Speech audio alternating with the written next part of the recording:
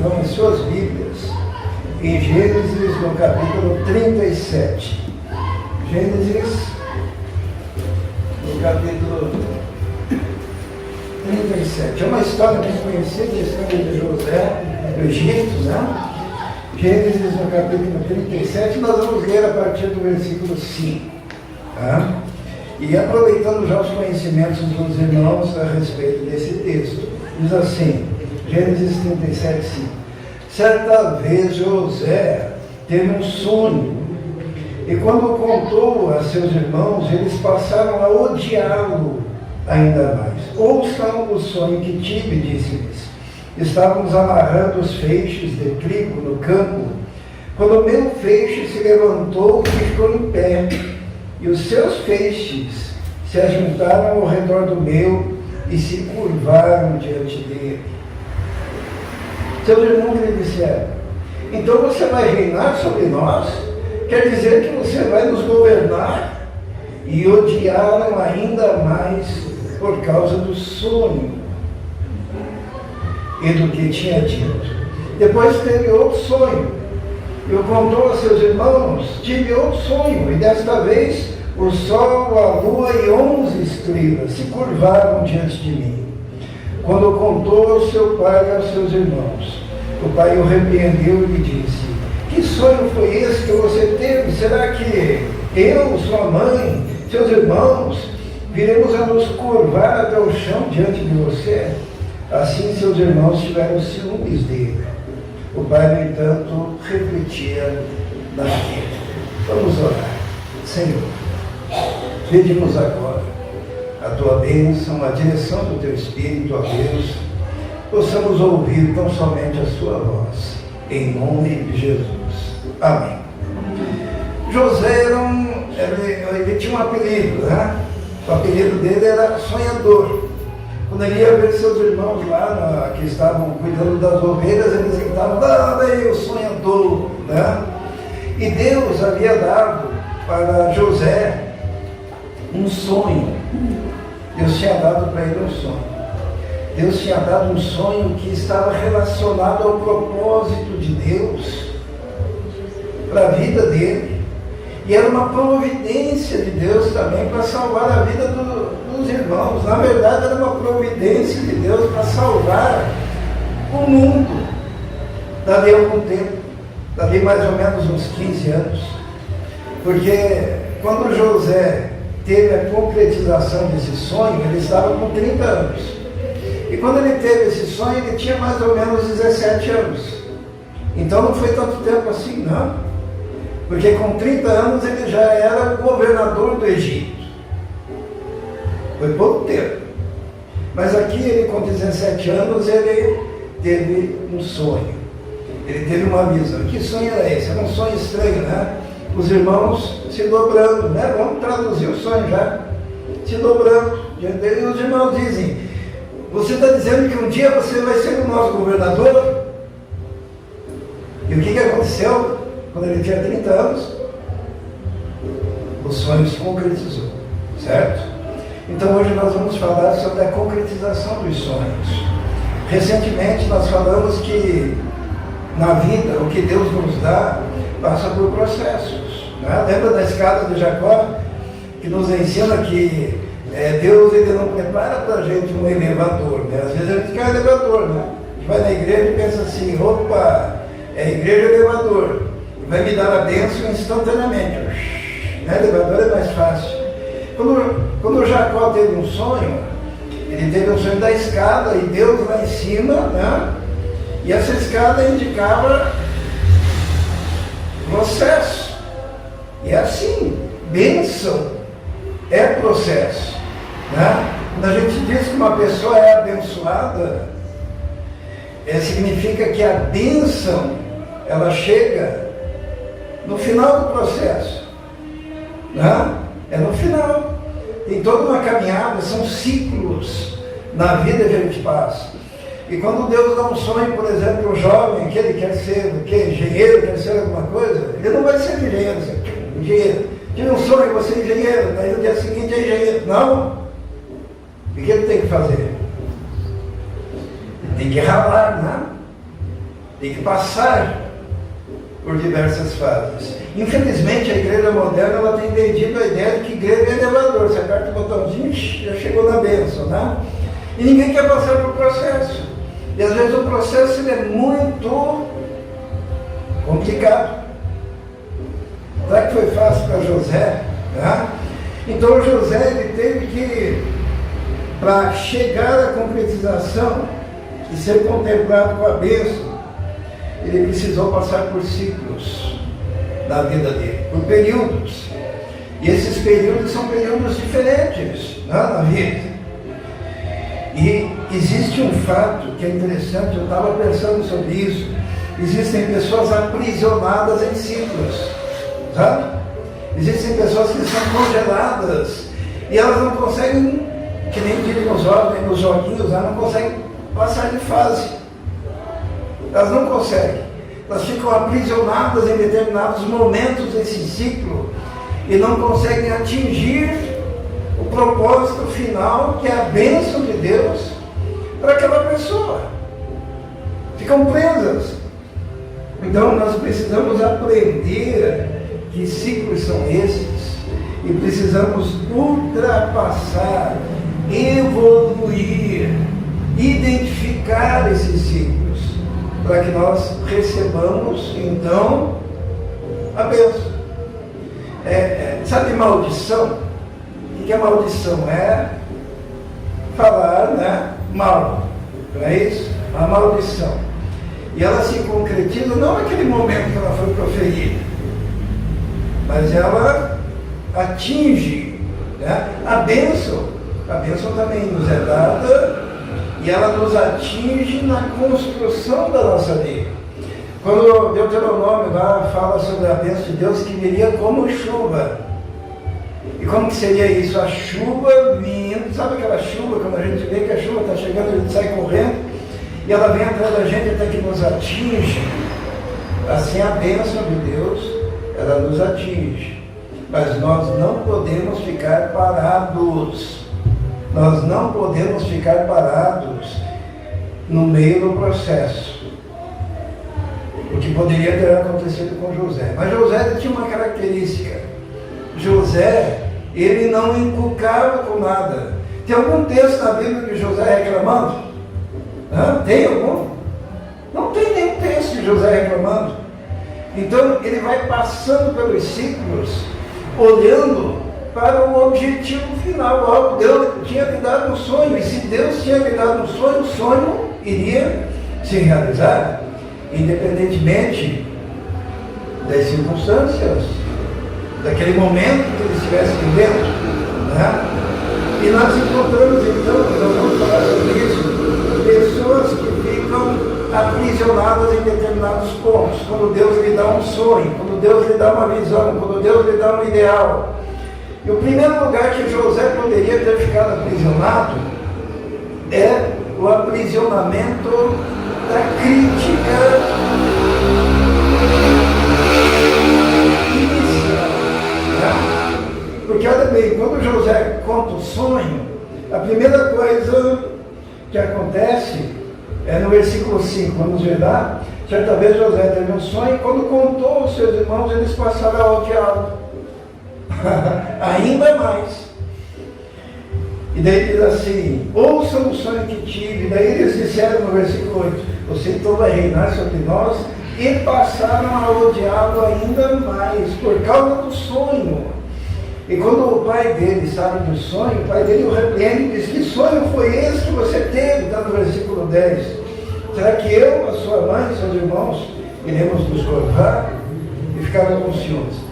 O que acontece muitas vezes e nos aprisiona é quando, ainda jovens, Deus nos dá um sonho. Deus nos dá um projeto de vida, né? Eu quero ser médico, eu quero ser músico, eu quero ser engenheiro, eu quero ser compositor, eu quero isso, né? E de repente nós encontramos pessoas que nos criticam, que tentam interromper o nosso sonho. Porque quanto maior o nosso ideal, maior a crítica que vem. Eu quero dizer uma coisa: quando o sonho é de Deus, todas as forças do inferno se levantam vai impedir que se concretize aquilo que Deus quer. Então, eu vou dizer uma coisa aqui, e nós precisamos entender isso, natural, tá? Que quando Deus lhe dá um grande sonho, venha também uma grande enxurrada de crítica, de oposição. Eu me lembro quando eu falei que queria ser pastor. Quando eu falei que queria ser pastor, eu tinha lá meus 18 anos, mais ou menos 19, não sei, não lembro mais. Fizeram até a reunião da igreja, como que eles iam me impedir? Tá? Hoje já faz tantos anos, tá? Lembra, dona Marca? Fizeram uma reunião, uma irmã da igreja me ligou, Ismael, eu era jovem da igreja, tem uma reunião lá que eles não vão te dar carta de recomendação, não vão te ajudar financeiramente no seminário, que já está decidido na reunião, e vão dizer para você esperar mais um ano, e no próximo ano eu vou pedir para você esperar mais um ano, e quem sabe assim você desista. Quando você tem um sonho, e sabe o que é mais dolorido? É quando a crítica em relação ao nosso sonho é uma crítica de pessoas muito próximas da gente, né? Aqui no caso eram os irmãos. O pai quer abortar um sonho, é um pai chegar para uma filha, para um filho e despejar um balde de água fria quando ela diz, olha, eu tenho um ideal. E normalmente o adolescente, ele é mais inseguro, ele diz assim, não, eu estou querendo, ele fica até com medo de dizer, porque parece tão distante, né? E olha a figura do pai, a figura da mãe, a figura dos irmãos, a figura dos irmãos da igreja é extremamente importante. Para quê? Para fortalecer, para dizer, vai lá, segue em frente, você vai conseguir, vai ser bom para você, vai ser uma bênção. Mas se a primeira coisa que aquela criança, que aquele adolescente ouve é uma risada, é uma crítica, é um ó, você não vai conseguir, o que você está pensando que é? Eu fico imaginando aqui nesse bairro quantas crianças que ousam sonhar no primeiro momento, mas já recebem um balde de água fria dos seus pais dizendo, nós não temos dinheiro, nós não temos recursos, você está pirando.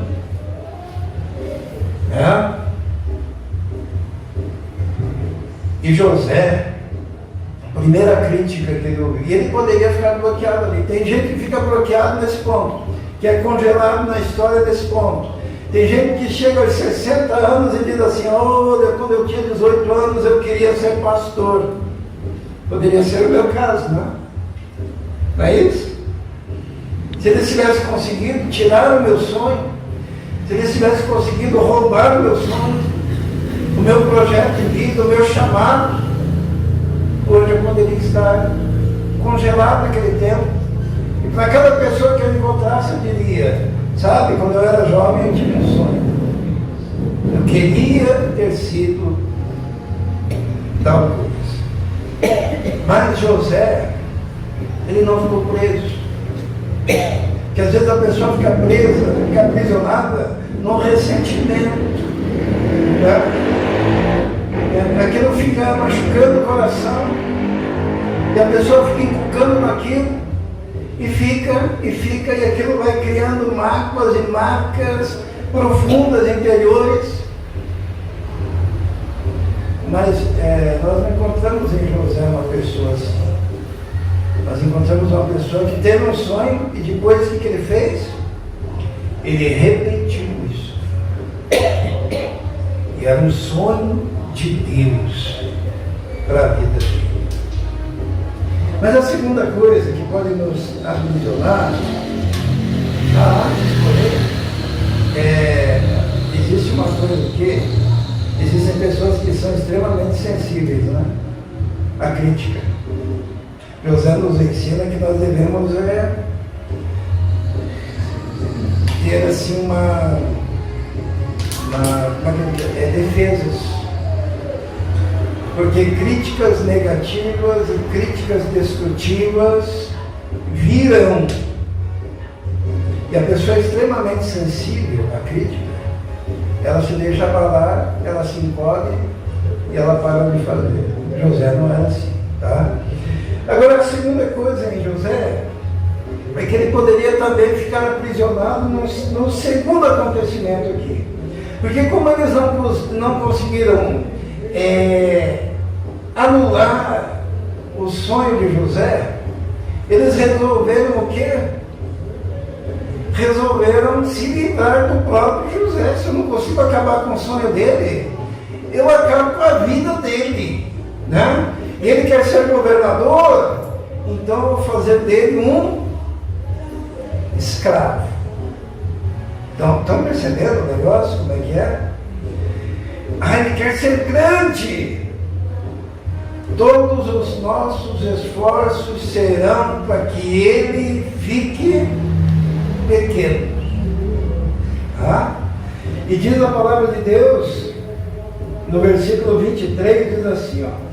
Chegando José, seus irmãos arrancaram a túnica longa, agarraram-no e o jogaram no poço que estava vazio e sem água. Aí no versículo 28 diz assim, seus irmãos o tiraram do poço e o venderam por 20 peças de prata aos ismaelitas.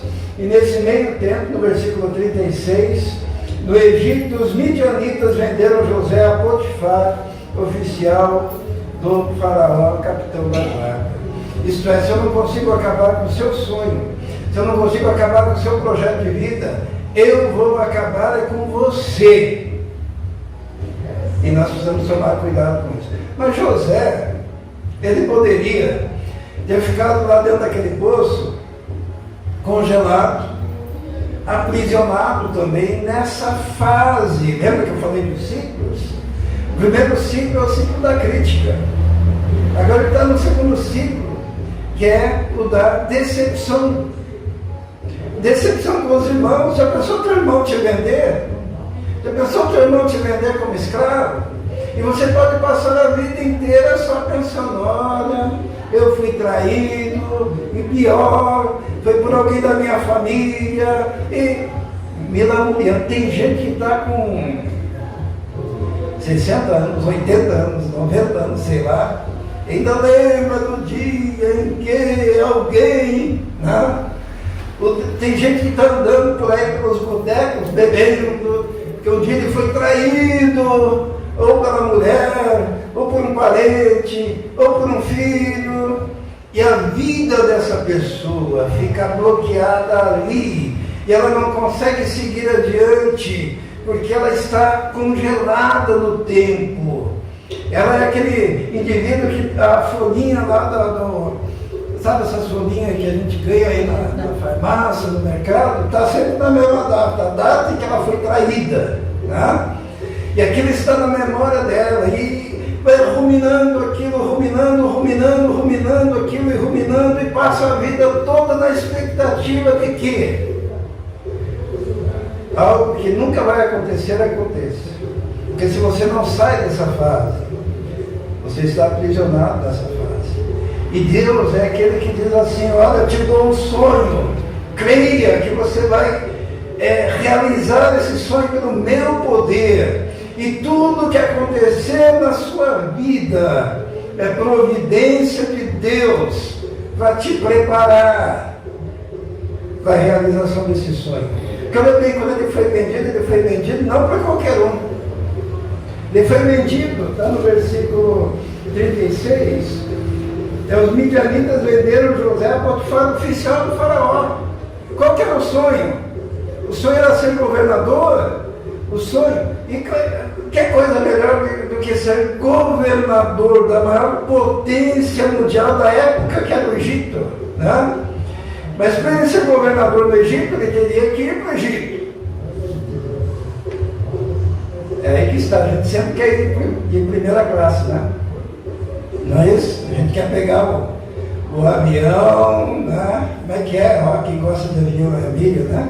Pegar lá e na classe, como é que é a classe melhor? A VIP, né? E chegar lá. Não, Deus disse, olha, eu preciso levar esse indivíduo lá para o Egito. Como é que ele vai? Ele vai já sendo preparado para ser humilde, preparado a vencer as adversidades, ele vai sendo preparado para enfrentar as crises.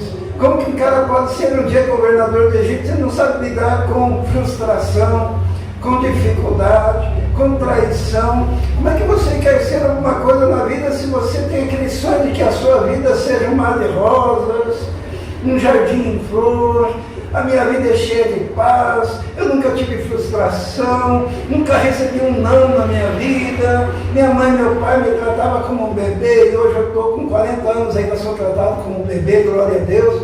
Não! Se você tem 40 anos e é tratado como um bebê, você é um retardado. Me desculpe, tá? E com 40 anos já tem que ter passado por algumas experiências, algumas frustrações, tem que ter ouvido não, tem que ter renunciado a coisas na sua vida que te eram caras, porque senão você é um imaturo.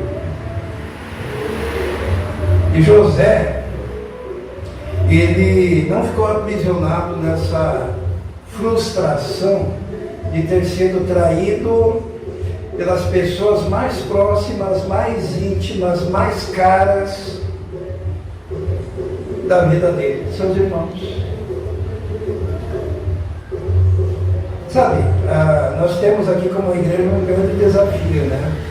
Os botecos vivem cheios e as músicas que mais fazem sucesso são as músicas de... Será que eu posso falar essa palavra? Ninguém vai se escandalizar? Pelo sorriso já sabe a palavra, né? As músicas, a gente até ouve, né? Aquelas músicas que falam de traição, que falam de perdas amorosas, aquelas coisas, não é isso? Tem gente que está preso nisso. E daí corre para o boteco, toma sua cachaça, fica ouvindo e com dor de cotovelo, chorando, 1 ano, 2 anos, 10 anos, 20 anos, 30 anos, 40 anos, passou a vida preso, congelado. Agora José, de quem nós não ouvimos reclamação na boca dele, ele seguiu em frente. Ele seguiu em frente. Deus estava conduzindo a vida dele. Então, nós chegamos a mais um lugar onde nós não podemos ficar aprisionados. E tem gente aprisionada nesse ponto do ciclo. Vamos abrir em Gênesis, no capítulo 39, a partir do versículo 6. Lembra, José foi vendido para a casa de Potifar. Agora olha o versículo 6, do capítulo 39. Assim deixou ele aos cuidados de José tudo o que tinha, e não se preocupava com coisa alguma, exceto com a sua própria comida. José era atraente e de boa aparência. E depois de certo tempo, a mulher do seu senhor começou a cobiçá-lo e o convidou: venha, deite-se comigo. Mas ele se recusou e disse: meu senhor não se preocupa com coisa alguma de sua casa, e tudo que tem deixou aos meus cuidados. Ninguém desta casa está acima de mim. Ele nada me negou a não ser a senhora, porque é a mulher dele. Como poderia ele então cometer algo tão perverso e pecar contra Deus? Então, o que aconteceu aqui? José chegou na casa de Potifar, a mulher dele deu em cima dele. E não só uma vez, no versículo 10 está assim, embora ela insistisse com José dia após dia. Olha só, ela ficava no pé do José, porque ele era um bonitão, né? Diz que ele era atraente, de boa aparência, e a mulher estava louca por ele, só que ela era a mulher do Potifar, né? E dia após dia, até que num dado momento, ela, versículo 12, ela o agarrou pelo manto e voltou a convidá-lo: venha, vamos, deite-se comigo. Mas ele fugiu de casa, deixando o manto na mão dela. E daí o que aconteceu? Ela falou para o marido: ele tentou me agarrar, ele tentou me estuprar, né? E José foi parar onde? Na cadeia, né? José foi parar na cadeia. Por que ele foi parar na cadeia? Porque ele foi honesto, porque ele foi justo, porque ele foi correto, porque ele foi consciencioso, por causa de Deus. Ele diz assim para aquela mulher: como poderia eu pecar contra Deus fazendo isso contigo? Então ela armou todo aquele esquema, ele foi preso. E tem gente que fica preso justamente nesse ponto, porque fica aprisionado na decepção espiritual. É o indivíduo que fez o certo, mas na sua vida aparentemente deu errado, né? José fez o certo, foi preso. Porque tem gente que tem expectativa de que com Deus a gente negocia, né? Eu vou fazer o certo e Deus vai me abençoar, né? Eu vou fazer o certo e daí vai dar tudo certo na minha vida. É aquela percepção de uma troca, né? É uma relação de eu faço boas obras e o Senhor me abençoa. Tem muita gente que vai na igreja para dizer: eu vou na igreja para ser abençoado, né? Eu não vou roubar porque eu quero ser abençoado, eu não vou adulterar porque eu quero ser abençoado. E na verdade, como José mesmo nos ensina, a gente faz o que é certo, sabe por quê? Porque é certo. Ele não faz troca, tá? A gente faz o que é certo, porque é certo. A gente faz. E daí, tem muita igreja que faz a troca, né? Coloca na hora, faça 7 semanas e você será abençoado, né? Faça tal coisa e você será curado. Faça tal outra coisa. E daí é aquela troca com Deus. E Deus quer abençoar, mas não nessa base. E Deus estava abençoando José, mesmo em meio a essa provação, porque Deus o estava preparando para algo maior. E o grande problema é que às vezes a gente fica aprisionado numa decepção espiritual. A gente tem os desigrejados, que são aqueles que um dia se decepcionaram com a igreja, porque a igreja prometeu tal coisa e não aconteceu. Agora, quando você faz o que é certo, você tem que fazer o que é certo, porque você tem caráter, porque você ama a Deus, porque você tem temor, porque você respeita a Deus, porque você quer adorar a Deus. Você faz o certo, porque a Bíblia nos ensina a fazer o certo, e não como instrumento de barganha de troca com Deus. Deus abençoa. Em nenhum momento Deus deixou de abençoar nesse processo José. E José não ficou preso, ele poderia ficar lá. Poxa, eu devia ter dormido com ela, né? Eu não dormi com ela e agora onde que eu estou aqui nessa cadeia, estou aqui preso, né? Eu poderia ser o amante dela, estaria lá no palácio. Poderia pensar. Mas ele não fez o que era correto como barganha, nem ficou aprisionado numa decepção espiritual.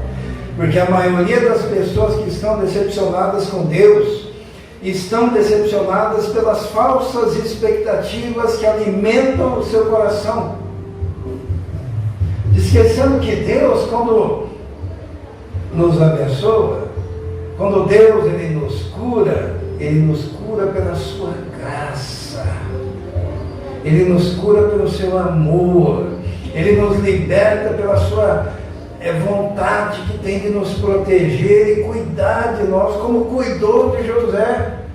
E José ele foi preso. Só que tem uma coisa, Deus estava preparando ele para ser o quê? Governador, né? Ele vai preso. O que acontece na cadeia? Ele vira o governador da cadeia. O carcereiro gosta tanto dele, que trata ele com bondade e coloca ele para administrar a cadeia. Porque assim, a gente quer começar por cima, né? Governador do Egito. A gente não quer ser governador da cadeia, né? Não é? Eu quero ser, né? Só que se você não for governador da cadeia, você não vai ser governador sabe governar nenhuma cadeia. Às vezes eu fico vendo a história da Fernanda, né? Por que ela passou por um lugar ali difícil, né? Mas ela passou por ali, ela consegue ficar lá no outro melhor. Agora imagine ela na primeira adversidade, chuta o balde e vai para casa chorar, né? Aos pés da mamãe. Deus olha assim, não está preparado para coisas maiores, tá? E a pessoa, tem muita gente, e como igreja nós precisamos trabalhar, os desigrejados por aí, decepcionados com a igreja, decepcionados com aquelas faixas, prometendo coisas que Deus nunca prometeu, não daquela forma. E a gente tem que chegar, olha, você tem que amar a Deus por amar a Deus, porque Deus é Deus, só por isso. Você tem que servir a Deus porque Deus é Deus. Tem que ir para a igreja para adorar a Deus, para entregar a Deus a sua adoração, não para receber. A gente vem para dar. Tá? Porque o que acontece? Jesus uma vez ele contou lá no capítulo 11 de Mateus, ele diz assim, a que assemelharei essa geração? Ele diz, porque daí ele dá um raio-x da geração na qual ele vivia, que é igual a nós. Ele diz assim, essa geração é semelhante a crianças na praça, e que a gente toca flauta e eles não dançam. E a gente faz lamentações e eles não choram. Sabe? Toca flauta, não dança. Faz poemas tristes e eles não choram. Então é uma geração indiferente. Tanto a dança quanto ao choro. Tem gente que vai na igreja e diz, olha, o pastor está dizendo que é para dançar, né? Esses dias os caras escandalizados no retiro que me colocaram para dançar, né? E daí, como era um retiro jovem, lá disseram, vem pastor. Eu fui. Alguém pode, mas assim, se é para adorar a Deus, e Deus manda tocar flauta e dançar, você não tem que reclamar, porque é para Deus que você vai fazer, não é para vocês, né? Eu não gosto disso. Você não está na igreja para gostar, deixar de gostar. Você está na igreja para quê? Para fazer o que Deus manda. Se no culto é hora de chorar, chore. Se no culto é hora de dançar, dance. Se no culto é hora de se ajoelhar, se ajoelhe. Se é hora de ficar em pé, fique em pé. Por quê? Porque não é para você. Quem que tem que gostar, afinal de contas? E Jesus ele fala assim, poxa, esse pessoal, essa geração, a gente toca para eles dançar e não dançam. A gente faz poemas de choro e eles não choram. É uma indiferença. E aí que está, muitas vezes as pessoas decepcionadas com a igreja, porque não são, a igreja não é do jeito que eles querem que seja. Mas a igreja tem que ser do jeito que a Bíblia diz que tem que ser. E para agradar quem?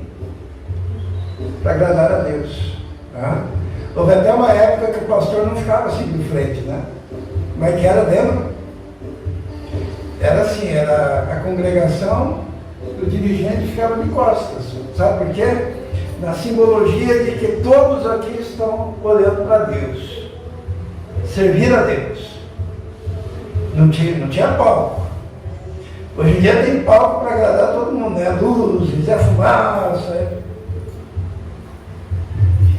Igreja é para agradar a Deus. Culto é para agradar a Deus. José fez o que era certo, para quê? Para agradar a Deus. E não ficou aprisionado, desigrejado, porque se decepcionou, né, com o fato de ter sido honesto. Se você é honesto, parabéns. Você só está fazendo o que tem que fazer. Né? Então, tem gente que está aprisionado. E tem outros grupos que ficam aprisionados nessa fase também, porque quando o mundo oferece algo, como a mulher do Potifar, eles trocam. José poderia ter trocado o sonho dele, a bênção dele, por uma noite de prazer. Ou por um período de aventura. Ou como Esaú, que ele trocou pelo quê? A primogenitura por um prato de lentilha. E o diabo vai oferecer isso para tirar o foco. Finalmente, irmãos, lá na cadeia, aconteceu o seguinte, que 2 caras foram presos. Nós vamos ver ali, no capítulo 39, no capítulo 40, no versículo 1, diz assim: algum tempo depois, o copeiro e o padeiro do rei do Egito. Olha, os irmãos estão percebendo? Ó?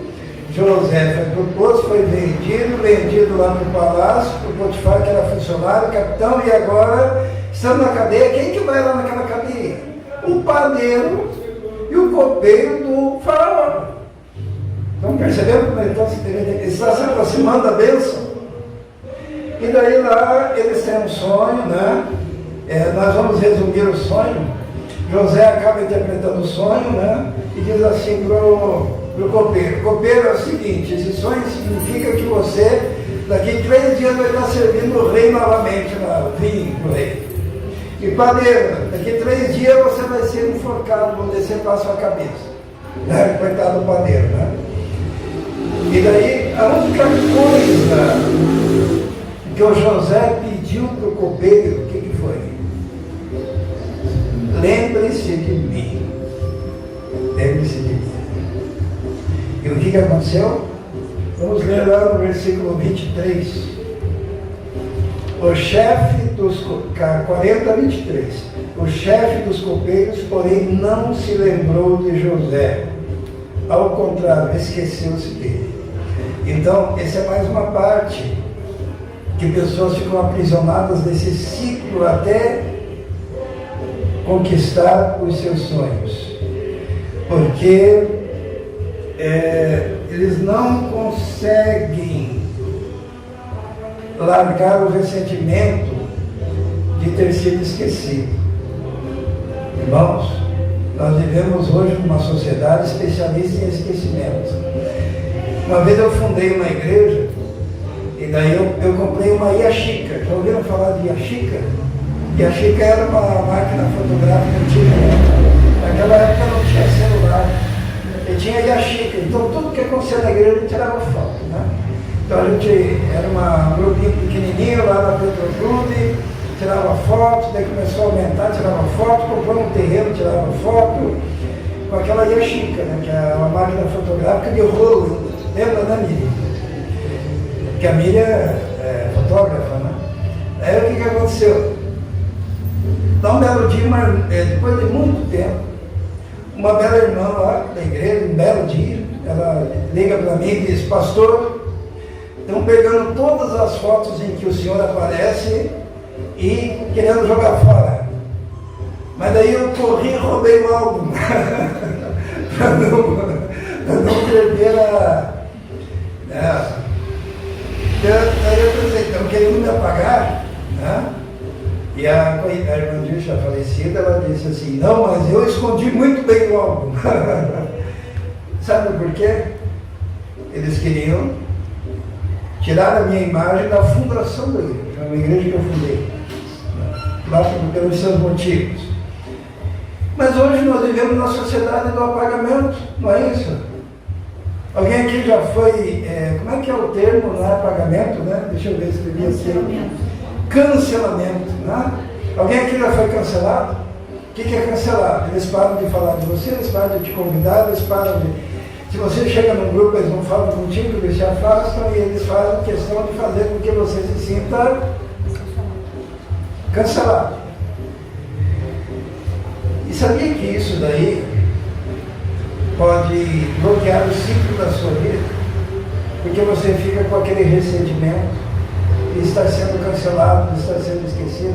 Nós que estamos ficando um pouquinho mais velhinhos, às vezes a gente sente no coração uma dor de ser esquecido, né?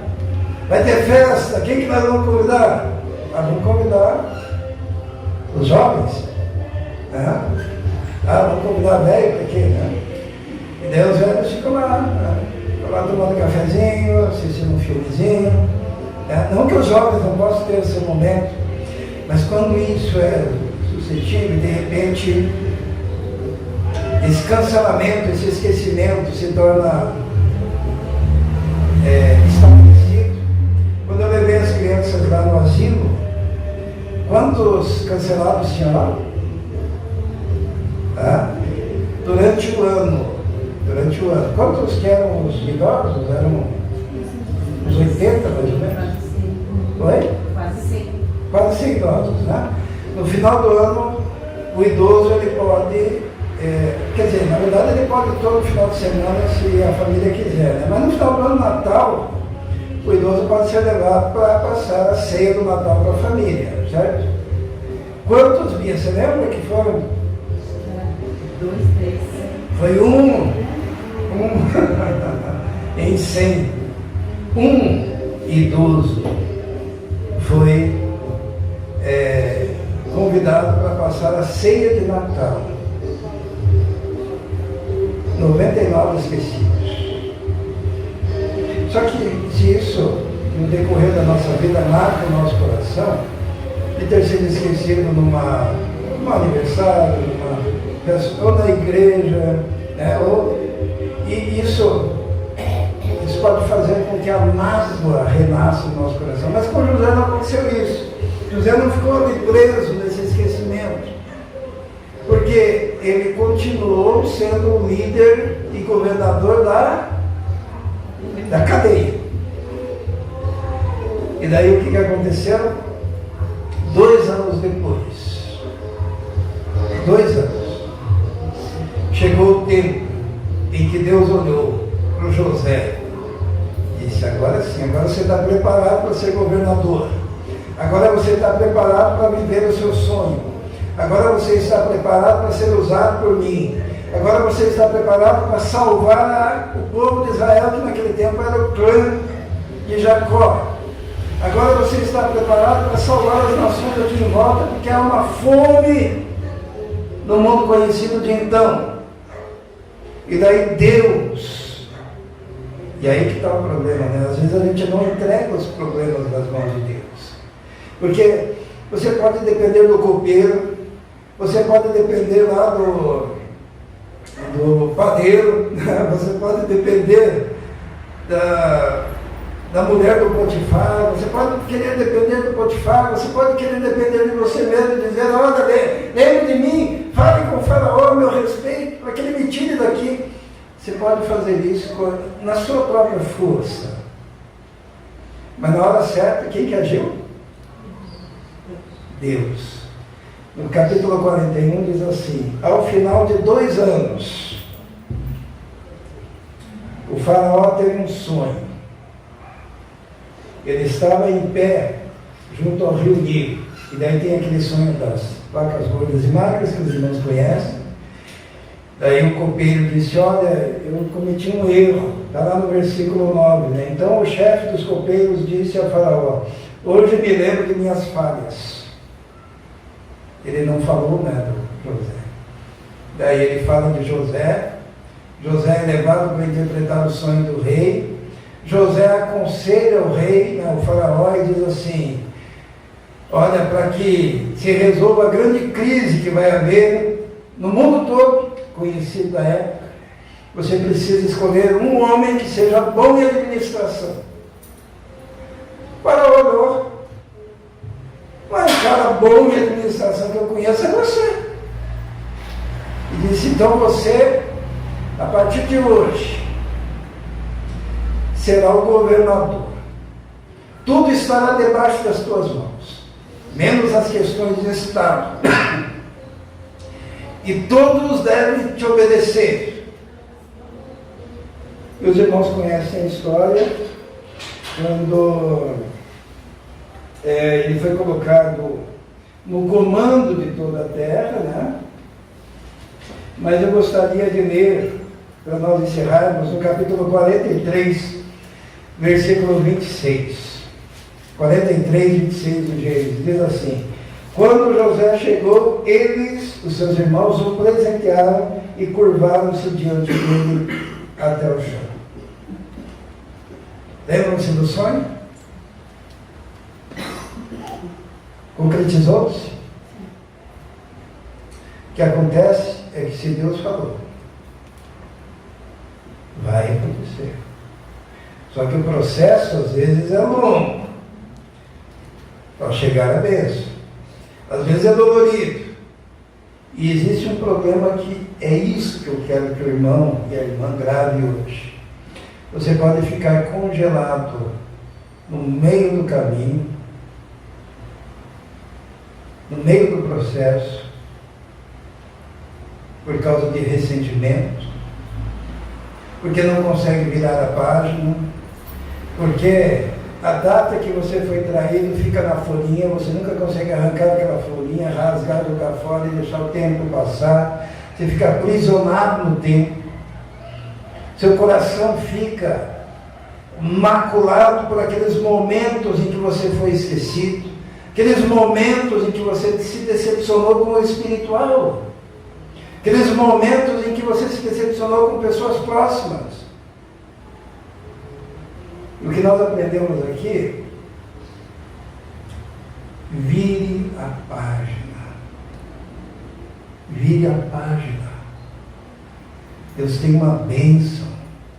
Deus tem um milagre. Deus tem uma operação na sua vida, uma operação transformadora, uma ação.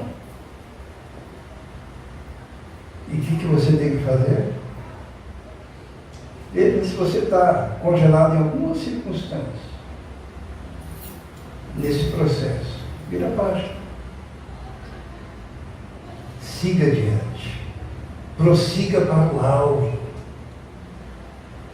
Que alguém te fez mal, né? Imagine se José, durante todo aquele período, tivesse passado xingando os irmãos que haviam vendido ele.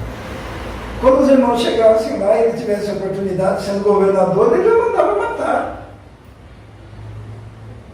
Se bem que ele nem teria chegado lá, sabia?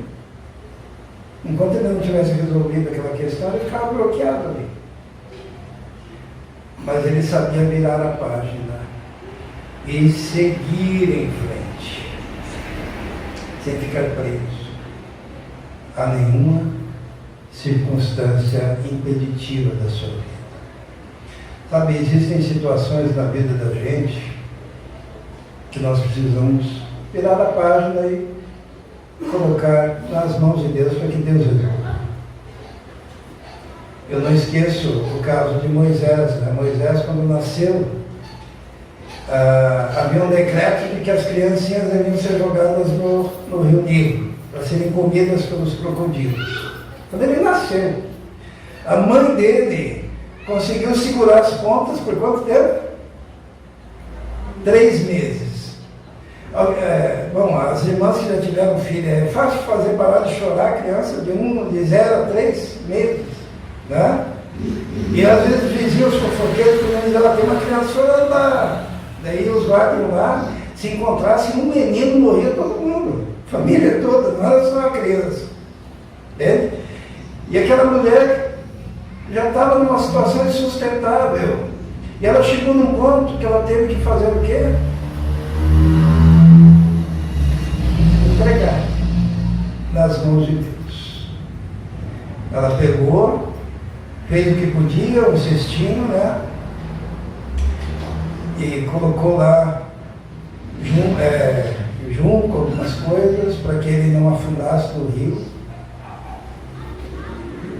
E colocou no rio, na dependência, na esperança de que aquele que podia agir,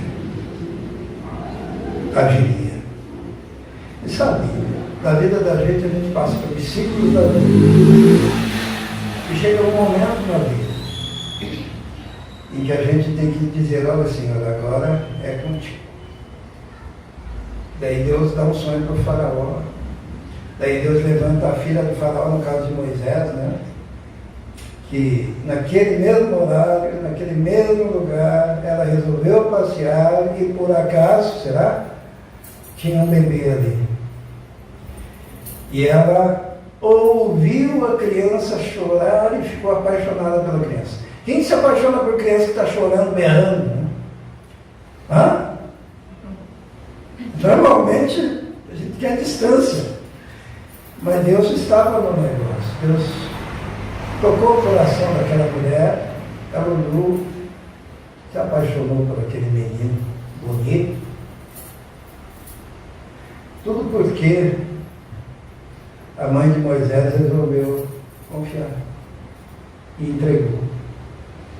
Então, no final das contas, é a intervenção de Deus que vai fazer toda a diferença. Você tem que passar pelos ciclos e naquele momento certo, continuar entregando ao Senhor e dizendo, faça o Senhor. Porque se eu colocar a mão, eu estrago. Faça o Senhor e Ele agirá. Vamos orar. Senhor, obrigado pela Tua palavra. Nós não sabemos, ó Deus, o motivo dessa palavra, mas nós sabemos que o Senhor é quem planeja tudo. Pedimos a Deus que essa palavra seja aplicada em cada um individualmente, conforme a necessidade de cada um. E que o Teu Espírito, ó Deus, esteja operando, martelando essa palavra e nos dando indicativo de como agirmos diante dela. Em nome de Jesus. Amém.